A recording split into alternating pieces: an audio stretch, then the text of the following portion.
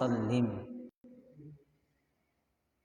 على رسوله النبي الأمين الكريم الرؤوف الرحيم وعلى آله وأهل بيته الطيبين والطاهرين والمعصومين الأجمعين خصوصا على سيدنا غوث الأعظم على جده النبينا عليه الصلاة والسلام মুআজ্জাজ সামিন কিরাম, মহান আল্লাহ রব্বুল আলামিন আজকে আমাদের আপনাদেরকে এই পবিত্র জুমাদিউস সানির প্রথম জুম্মা মোবারকে সাটিয়াখোলা আঞ্জুমানে কাদরিয়া কর্তৃক পরিচালিত খানকায়ে কাদরিয়া মসজিদ পাকে নামাজ পড়ার নিমিত্তে হাজির হওয়ার যে সুযোগটুকু করে দিলেন, এই জন্য আমরা সবাই আল্লাহ তাআলার দরবারে শুকরিয়া আদা করে বলি আলহামদুলিল্লাহ।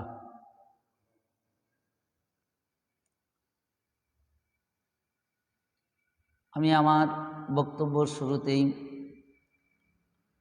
আমার আকা মাওলা হুজুর পাক কিবলা ও কাবা এবং তানার পবিত্র আল আওলাদ আহলে বাইত পাক কিবলা ও কাবা গণের কদম পাকে জানাই ভক্তিপূর্ণ সেজদা কদম বসি সালাম। আজকের এই পবিত্র জুম্মা দিবস উপলক্ষে যে সকল পীর ভাইরা এবং আঞ্জুমানে কাদরিয়ার শাখা কমিটির সকল সদস্যবৃন্দ, খাস করে আমার সকল পীর ভাই ও বোনেরা, দূর দূরান্ত থেকে লাইভ টেলিকাস্টের মধ্যে হতে দেশ বিদেশ থেকে যে সকল শ্রোতা আজকের এই আলোচনা শ্রবণ করছেন, তানাদের সবার প্রতি আমার অন্তরের অন্তরস্থল থেকে পবিত্র জুম্মা মোবারকবাদ সহ সালাম, অভিনন্দন, মোবারকবাদ, শুভেচ্ছা। আসসালামু আলাইকুম ওয়া রাহমাতুল্লাহি ওয়া বারাকাতুহু। আজকের জুমাদিউস সানির প্রথম জুম্মা এবং এই মাসে একটি আনন্দের অর্থাৎ খুশ দিবস রয়েছে, সেটা হলো সাইয়্যিদাতুন নিসা মা খাতুনে জান্নাত আতহার পাকের পবিত্র বিলাদাত শরীফ। তো আজকে আমি এই মাসের যে বিষয়ে আলোচনা করব সেটা হলো এই যে গত মাসে পবিত্র নামাজ সম্পর্কে আলোচনা করে আসছি এবং আজকেও চেষ্টা করব এই নামাজ প্রসঙ্গে আলোচনা করার। তারপরেও এই মাসের ফজিলাত নিয়ে যখন আলোচনা করব, সুযোগ পাইলে মা খাতুনে জান্নাত আতহার পাকের পবিত্র আগমন মাস হিসাবে চেষ্টা করব তানার শানে দুটি কিছু আলোচনা করার, যদি আমার মালিক মাওলা আমাকে তৌফিক প্রদান করেন। তা আমি গত জুম্মায় নামাজ প্রসঙ্গে আলোচনা করেছি এবং নামাজের ভিতরকার প্রসঙ্গে নিয়ে যে হাদিসখানা হুজুরে পাক সাল্লাল্লাহু আলাইহি ওয়াসাল্লাম তিনি বলেছেন, আসসালাতু মিরাজুল মুমিনিন, যে নামাজ হলো মুমিনদের মিরাজ।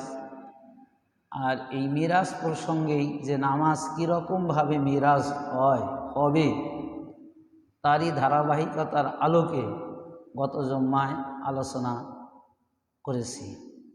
ঠিক আজকের এই জুম্মাতেও আমি আশা প্রকাশ করেছি, ইচ্ছা প্রকাশ করেছি, যদি মালিক মাওলা আমার দয়া করেন তো সেই গত জুম্মার থেকেই যেখানে হয়তো রেখে আলোচনা শেষ করেছি ওইখান থেকেই সামনের দিকে আগানোর জন্য।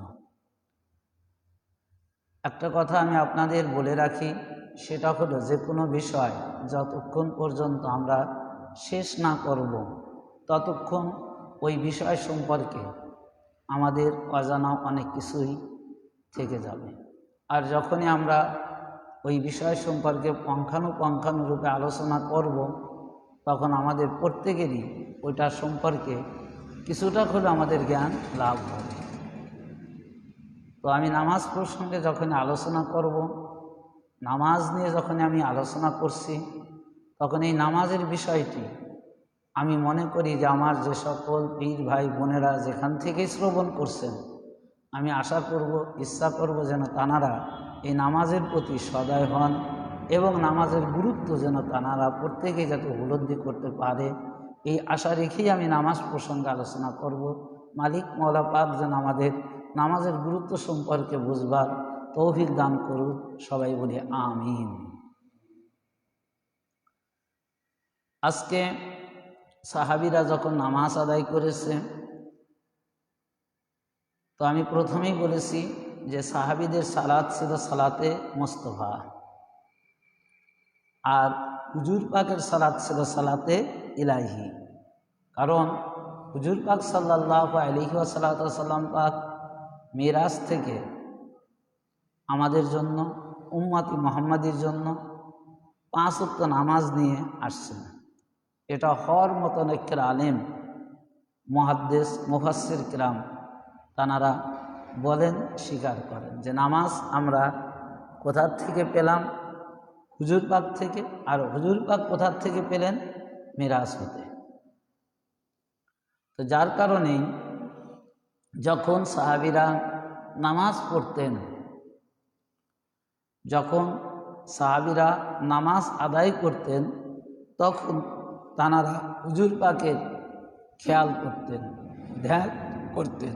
হুজুর পাক কী কাম করছে, কীরকমভাবে নামাজ আদায় করছে, হুজুর পাকের দেখা দেখি, অর্থাৎ প্রত্যেকটা সাহাবীরা তারা নামাজ আদায় করছে হুজুর পাকের অনুসরণ করে, অনুকরণ করে।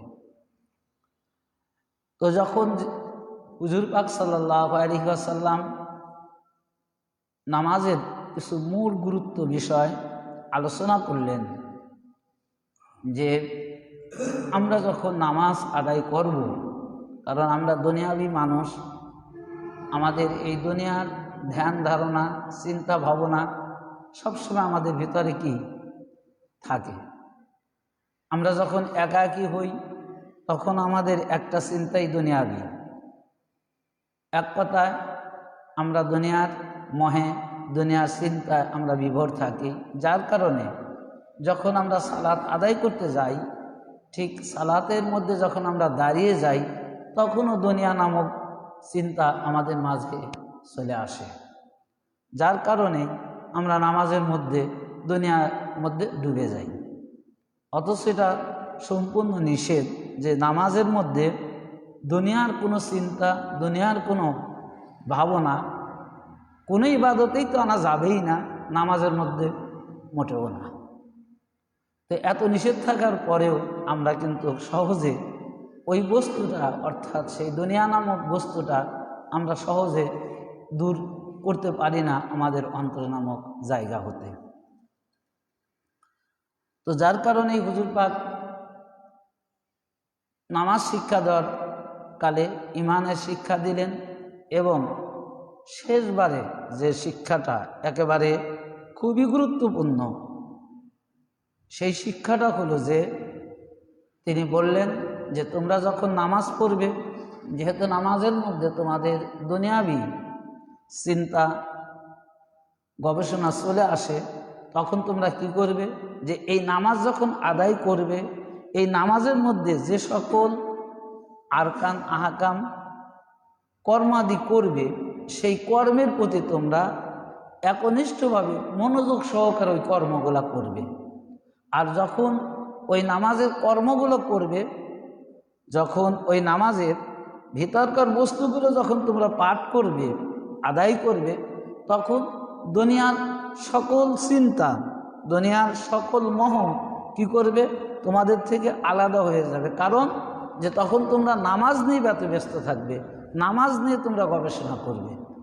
কারণ এটা সত্য যে আমরা যখন যে বিষয় নিয়ে গবেষণা করি, যে বিষয়ের প্রতি যখন আমাদের আত্মা, আমাদের কাজে যখন আমরা আত্মা নিয়োজিত করে দেই, তখন ওই জায়গায় অন্য কোনো প্রসঙ্গ, অন্য কোনো সাবজেক্ট স্থান পায় না, আসলেও আবার চলে যায়। কেননা নামাজের ভিতর আমরা আছি, নামাজ নিয়ে তখন আমাদের চিন্তা গবেষণা থাকে।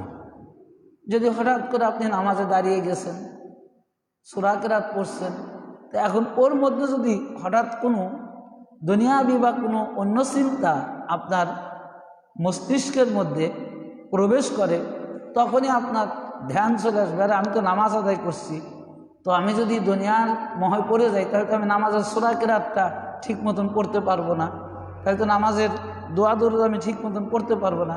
দেখবেন হুট করে আবার আপনার মনোনিবেশন কি, আপনার ওই যে বহিরাগত যে চিন্তা গবেষণা যেটা আপনার ভিতরে প্রবেশ করছিল, দেন ওটা আপনার থেকে আলাদা হয়ে যাবে। কেন?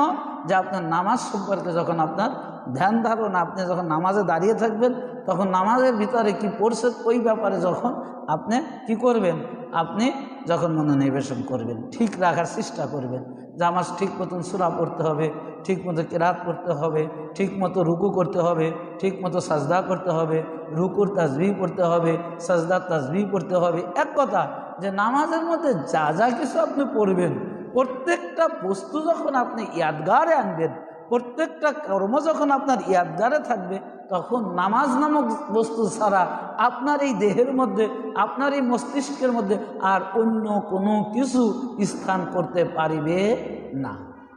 যার কারণে হুজুর পাক বললেন কি, যে যখন তোমরা নামাজ পড়বে, যখন তোমরা সালাত আদায় করবে, তখন তোমরা নামাজের ভিতরে কি করো, মগ্ন হয়ে যাও। নামাজের ভিতরে তোমরা কি করো, ডুব দাও। নামাজের ভিতরে কি হচ্ছে এই দিকে তোমরা কি করো, মনোনিবেশন করো।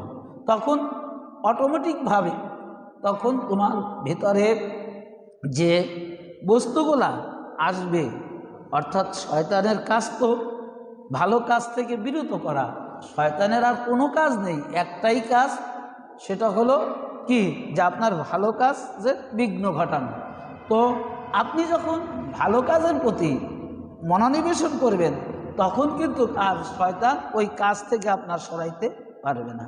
তারপরে দেখেন আমরা নামাজের শুরুতে কিন্তু আগে শয়তান থেকে পানাহ চাই আল্লাহর কাছে, যে আউযু বিল্লাহি মিনাশ শাইতানির রাজিম, যে হে আল্লাহ আপনি বিতাড়িত শয়তান মদুদ শয়তান থেকে আমাদেরকে কি করুন, হেফাজত করুন।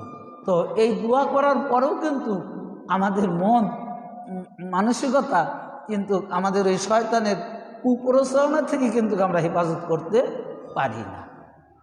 তো তখন হুজুর পাক এটাই বললেন যে তোমরা যখন নামাজ আদায় করবে, নামাজে যখন দাঁড়িয়ে যাবে, তখন তোমরা নামাজের ভিতরকার বস্তুগুলো, যে বস্তুগুলো তোমরা নামাজের মধ্যে পাঠ করো, আলোচনা করো, কর্ম করো, ওই দিকে তোমরা কি করো, মনোনিবেশন করো। অর্থাৎ কি পড়ছো সেই দিকে তোমরা তোমাদের মন মানসিকতাকে ধাবিত করো। তো এখন হলো যেটা, এটা হলো আমি নামাজের যে শরিয়াতের দৃষ্টিকোণ থেকে নিজের মন, নিজের অন্তরকে যে একনিষ্ঠ একাকীভাবে আল্লাহর ধ্যানে ধাবিত করব নামাজের মধ্যে, এটা হলো তার প্রারম্ভিক কিছু কর্ম, যেটা আমি এখন আপনাদের মাঝে আলোচনা করলাম। তো এখন আসুন যে নামাজের মধ্যে আমরা কি আলোচনা করি, এটা আপনাদের আমি বলেছি, অনেক আগেও বলেছি। আল্লাহ থেকে শুরু করে আল্লাহ, রাসূল, আলে রাসূল, এটাই প্রধান তিনটা বস্তু। তো এখন সাহাবীদের যুগে নামাজ আদায় করছে সাহাবীরা, তো তাদের কত সৌভাগ্য, তাদের কত খুশনসিব ছিল যে তারা যখন জায়নামাজে দাঁড়িয়ে জায়নামাজের দোয়া শেষ করে নামাজের কার্যক্রম যখন শুরু করছে, তখন তারা হুজুর পাকের এই হাদিস ফলো করছে।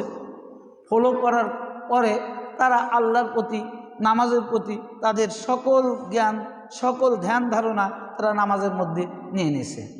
কিন্তু নিয়ে নেওয়ার পরে তখন দেখেন সাহাবীরাই আসলে এটা আমাদেরকে, মানে রাসূল পাকের উম্মত এই মোহাম্মদীকে যে সঠিক যে সালাতের নিয়ম, সেটা সাহাবীরা আবার পুনরায় প্রশ্ন করে হুজুর পাকের জবান থেকে সেটা কি করেছে, শরিয়াত করে দিয়েছে।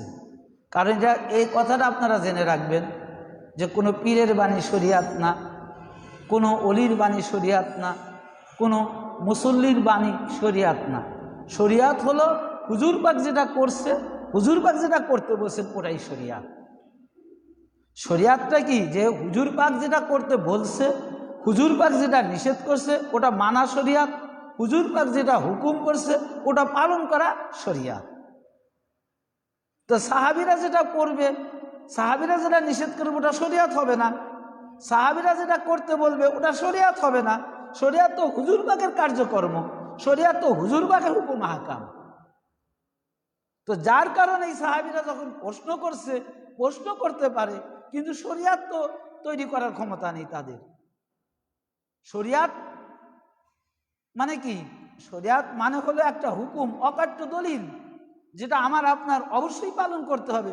যেমন আমি এর পূর্বে বললাম যে 5 ওয়াক্ত নামাজ, এই 5 ওয়াক্ত নামাজ শরিয়াত ফরজ, কিন্তু এই ফরজ করছে কে, হুজুর পাক। নামাজে দাঁড়ানো ফরজ, এই ফরজ অর্থাৎ শরিয়াত, এই শরিয়াত কে করছে, হুজুর পাক করছে। সূরা কিরাত পড়া ফরজ, এটা কে করছে, হুজুর পাক করেছে। অর্থাৎ এক কথা যে হুজুর পাকের কথা, হুজুর পাকের কাজ, এটা শরিয়াত হয়ে যায়, হুজুর পাকের আমল, এটা শরিয়াত হয়ে যায়।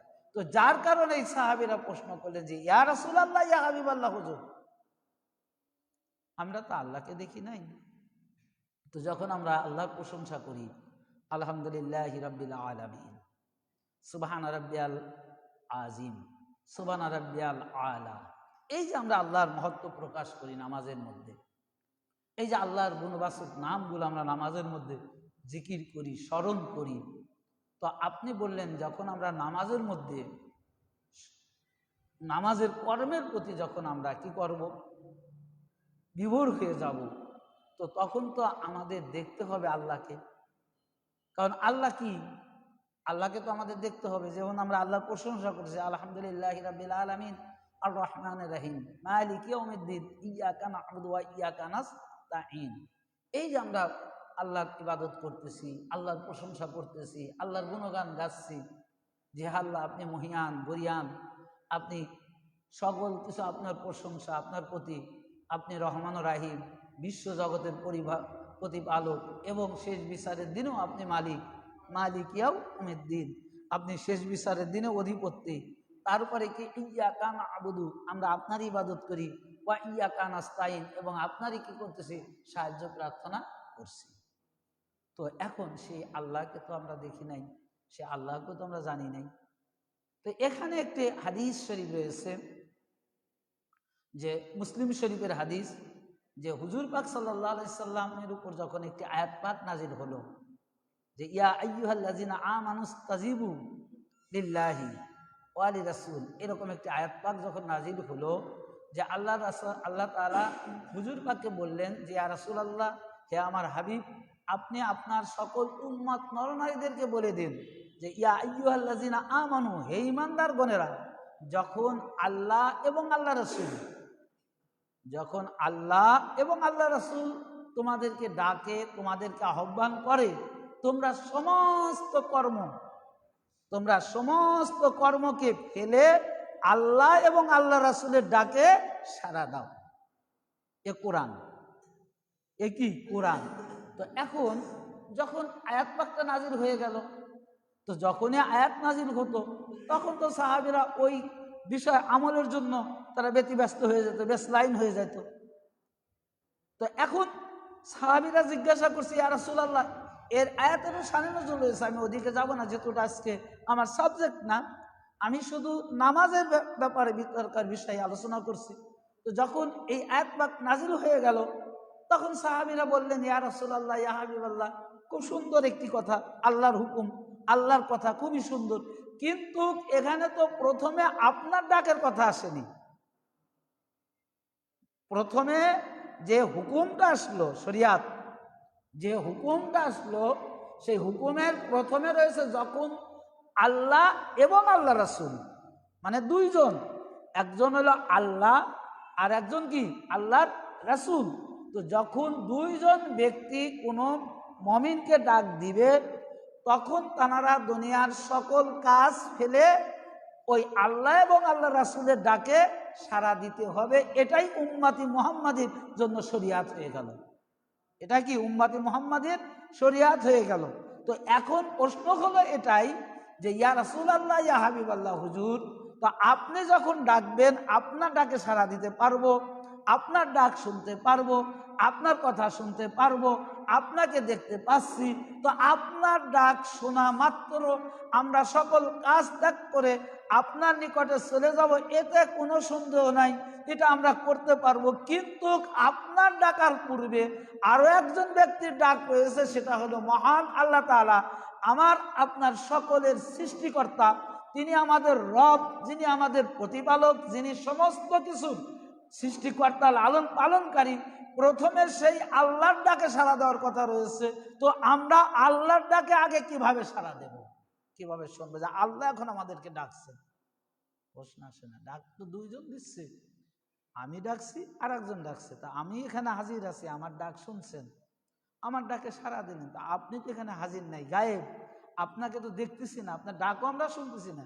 তা দেখলাম, ডাক শোনা যেতে পারে, আড়াল থেকে ডাকলেন, শুনলাম, নিরাকার অবস্থায় ডাকলেন, শুনলাম, গেলাম। কি বললেন শুনলাম, যেটা রাসূল পাকের হয়েছে, ওহী এসেছে। রাসূল পাক তো আল্লাহকে দেখে নেই, এমন কিছু ওহী এমন সময় এসেছে। তো আল্লাহ রাসূল সেখান থেকে কথা কালেক্ট করছেন, জিবরিল আলামিনের মাধ্যমে হোক আর সরাসরি ভাবে হোক, বিভিন্ন ভাবে আল্লাহ রাসূলের সাথে আল্লাহর কথা হয়েছে। কিন্তু আল্লাহ রাসূল তো কথা শুনেছেন, বলছে আল্লাহ, শুনছে রাসূল, সেইটা তিনি কি করেছে, তার সাহাবীদেরকে প্রকাশ করেছে। তো ইয়া রাসূলুল্লাহ, এটা তো সকল মুমিনদের জন্য, খাস নয়, আম, যে সকল মুমিনদের ব্যাপারে বলা হয়েছে যে ইয়া রাসূলুল্লাহ, তাহলে এই মুমিন ব্যক্তি যারা হবে তারা কিভাবে আল্লাহর ডাক শুনবে? কারণ আজ পর্যন্ত আমরা আল্লাহর ডাক শুনি নাই, আল্লাহ আমাদের ডাকেও নাই। এখন আল্লাহর ডাকটা কি হবে? মুসলিম শরীফের হাদিসে আসছে যে আমার সাহাবীরা তোমরা শুনে রাখো কি, যে আল্লাহ কোনোদিন তোমাদের ডাকবে না, কারণ আল্লাহকে তোমরা দেখবে না। প্রথমে কি, আলিফ লাম মিম যালিকাল কিতাবু লা রাইবা ফিহি হুদাল লিল মুত্তাকিন আল্লাযীনা ইউমিনুনা বিল গায়ব। প্রথমেই আল্লাহ তাআলা অদৃশ্যের প্রতি বিশ্বাস স্থাপন করার কথাটা তোমাদের বলেছেন, যে তোমরা যদি আল্লাহকে যদি বিশ্বাস করো, তাহলে আল্লাহর দেখার চিন্তা ভাবনা করা যাবে না।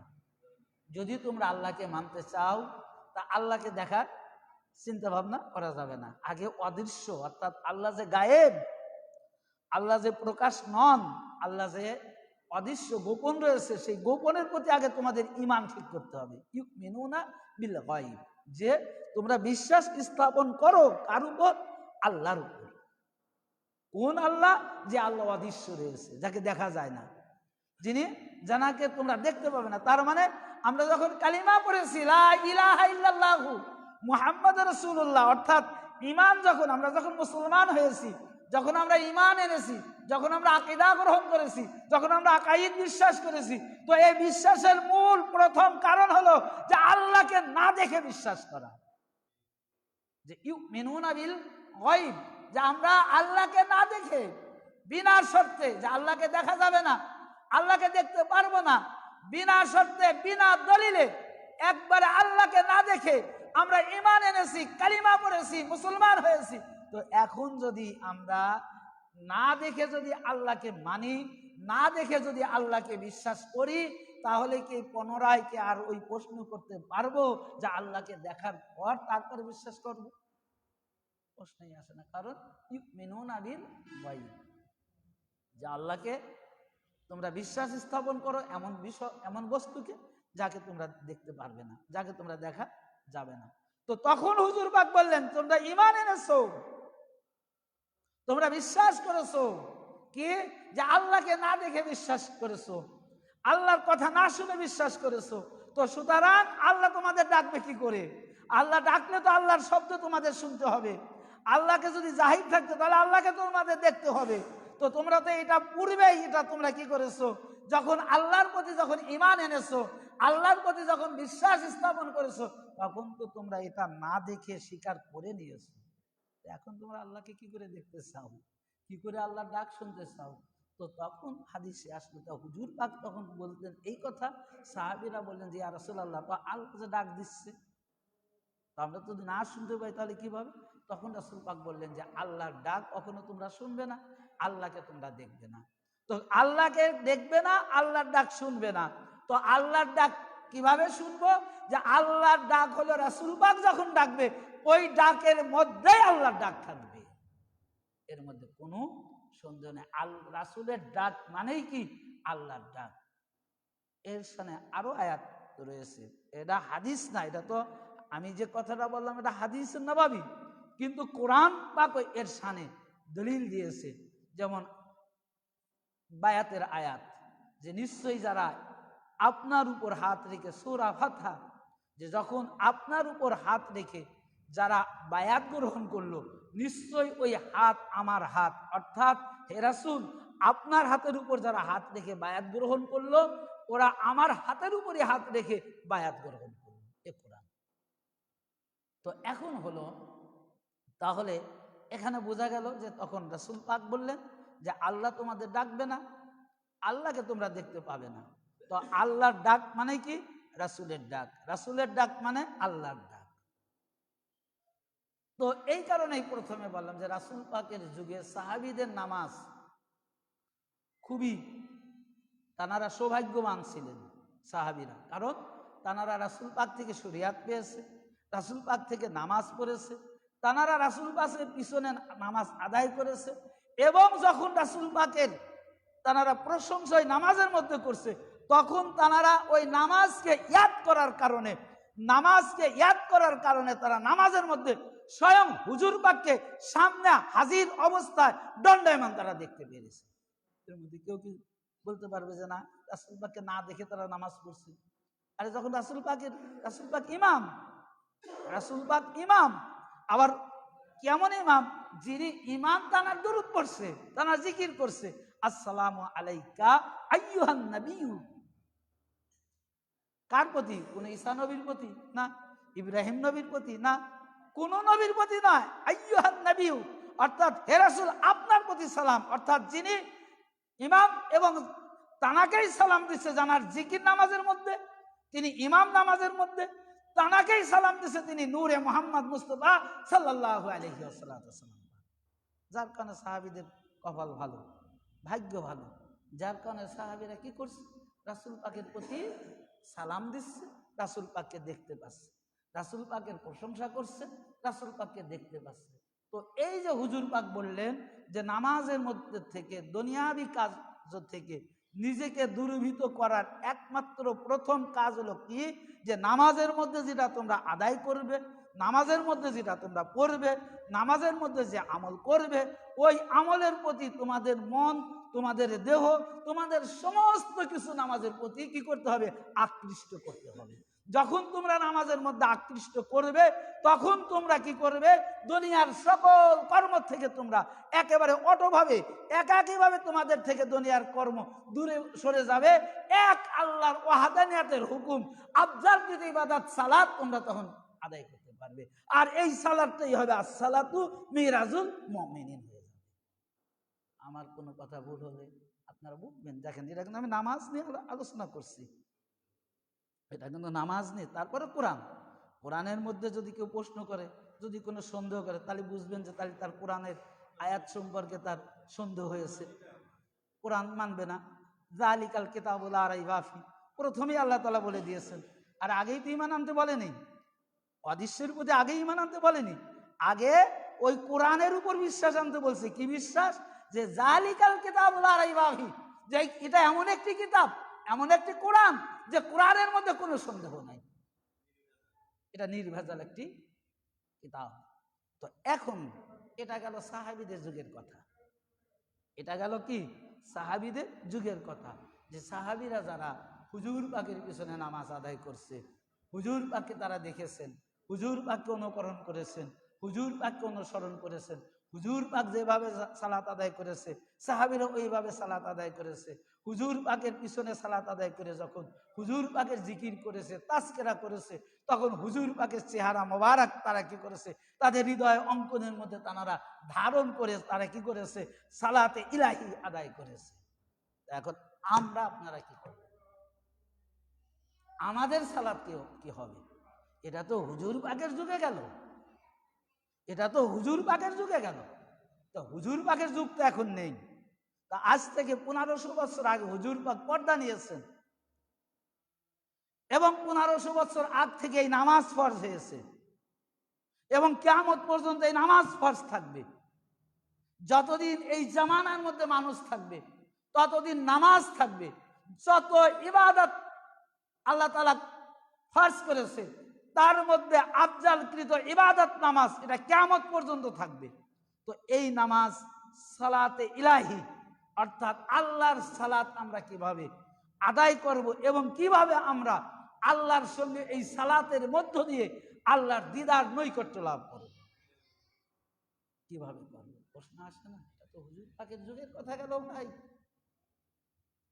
ওই যে রাসূল পাক সাল্লাল্লাহু আলাইহি সাল্লাম বললেন যে তোমরা যখন নামাজ আদায় করবে নামাজের ভিতরকার বস্তু প্রতি তোমরা অন্তর্নিহিত যে বস্তুগুলো রয়েছে তার প্রতি তোমরা মনোনিবেশন করো। তাহলে এখন নামাজের ভিতরে আর কি আছে এটা তো আমাদের দেখতে হবে। না জানলে, না দেখলে, না বুঝলে আমরা কিভাবে অনুসরণ করব, কিভাবে অনুকরণ করব? তো নামাজের মধ্যে রয়েছে কি, আল্লাহুম্মা সাল্লি আলা মুহাম্মাদিন ওয়া আলা আলি মুহাম্মাদ। কোরআন পাকের মধ্যে একটা আয়াত পাক রয়েছে, ওয়ালা ইন আতাআতুম, যে যদি তোমরা তোমাদের মতো, এটা সূরা মুমিনের 34 নং আয়াত, যদি তোমরা তোমাদের মতো কোনো মানুষকে কি করো, আনুগত্য করো, তাহলে তোমরা ক্ষতিগ্রস্তদের অন্তর্ভুক্ত হয়ে যাবে। দেখেন নামাজি কিন্তু আসলে আনুগত্যের রাস্তা দেখাচ্ছে।